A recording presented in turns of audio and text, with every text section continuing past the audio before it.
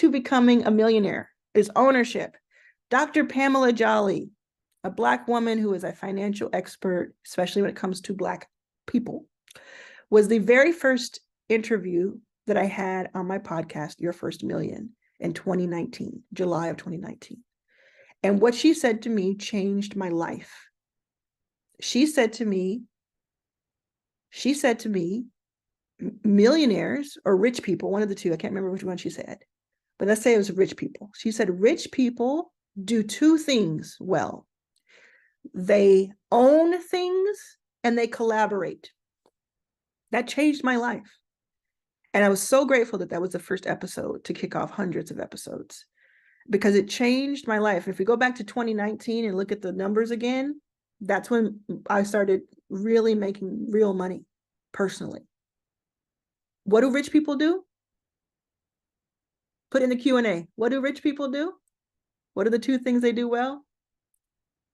Okay, so the power of ownership, we'll talk about one of them. That's right. They own things and collaborate. That's right. So ownership represents control and claim to assets or income streams. So historically, many of the world's wealthiest people achieved financial stature through ownership, whether that's through business, real estate, intellectual property, or investments. So types of ownerships are those four. Business ownerships. You as a founder usually start with the most ownership. And that's why I have been touting for years the value in not giving away so much of your ownership to investors. I'm not saying don't take investment at all. Obviously, I'm an investor, but I am saying that I have watched time and time again, including myself, people lose 20, 30, 40, 50 more % of their company to early stage investment taking, and they regret it. So there's a way. But owning businesses, so whether that's you starting a business or you investing in businesses and a piece of a business, or you having a different model that, a private equity model you could have, there's all sorts of models you could have depending on your preferences.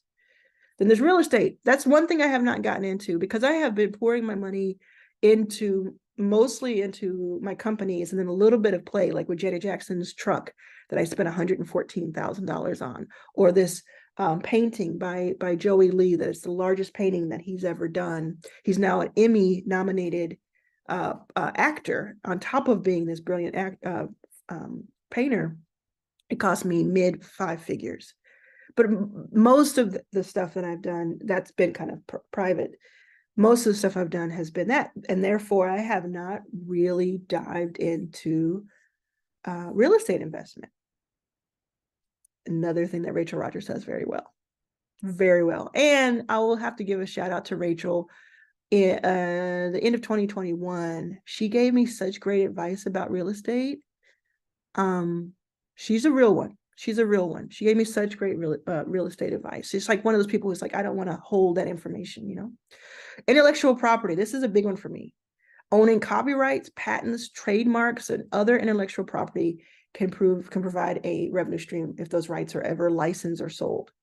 So I made a decision in 2020 when I was watching the world just, I don't know what it did. It was devolving right before my eyes.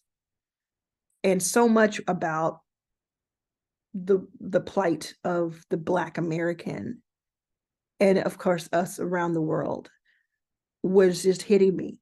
And I knew I had already said that my financial success was my activism. I'd already said that.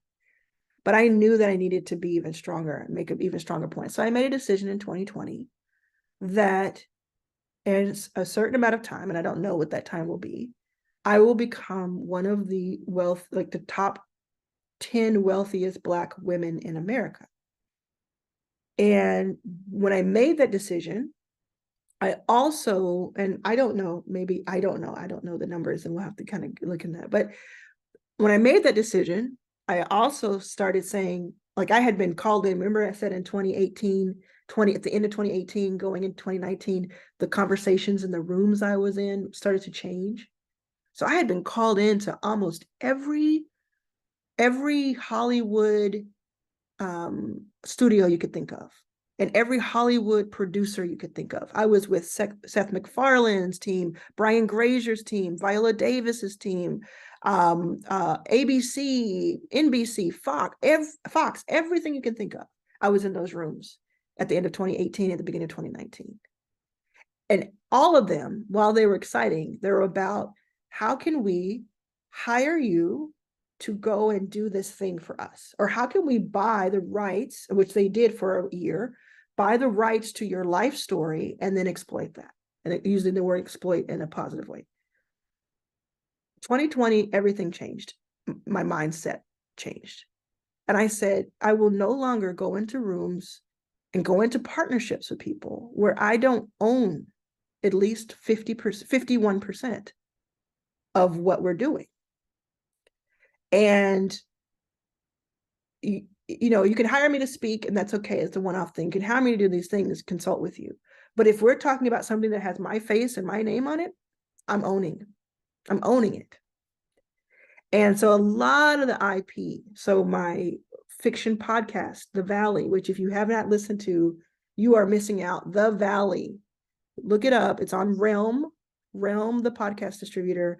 Season 1 and 2 are available right now. We're on strike for season 3, standing in solidarity with our writers and our actors.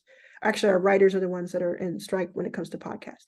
So going back like that, the TV show that I have that I was working on with the BBC, which I'll talk about another time, the partnerships that I've been alluding to recently that I'm going to be able to announce later this year, I have ownership, and significant ownership, if not at least 51% ownership, because I know that maybe not today, maybe not tomorrow, but at some point they're going to be valuable. And if they are valuable, if even some of them are valuable, I don't want to be looking back and worrying about residuals.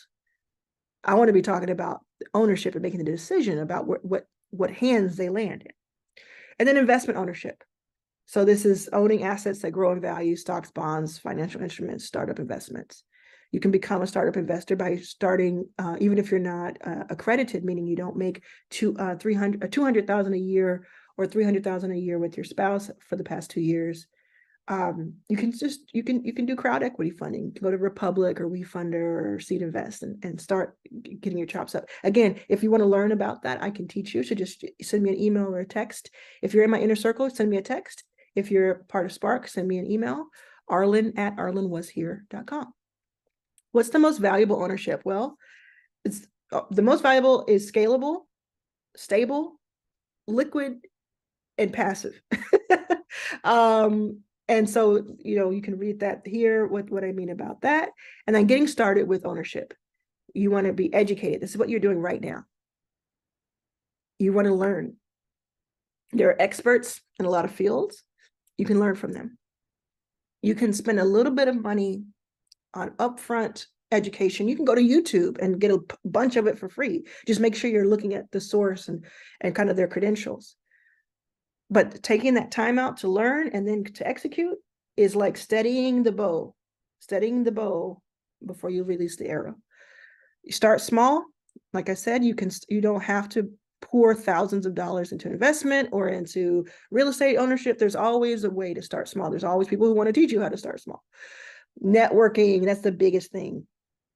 Proximity. Get into rooms.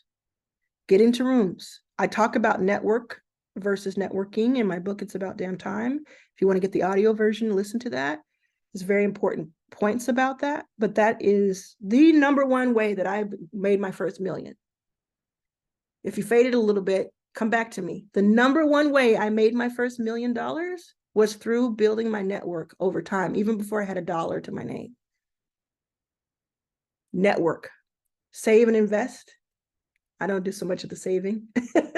So, but like I said, I don't think everybody should do it the way I do. And then leverage, using debt strategically, which is what I have done as well. So ownership is the cornerstone of wealth building, owning things.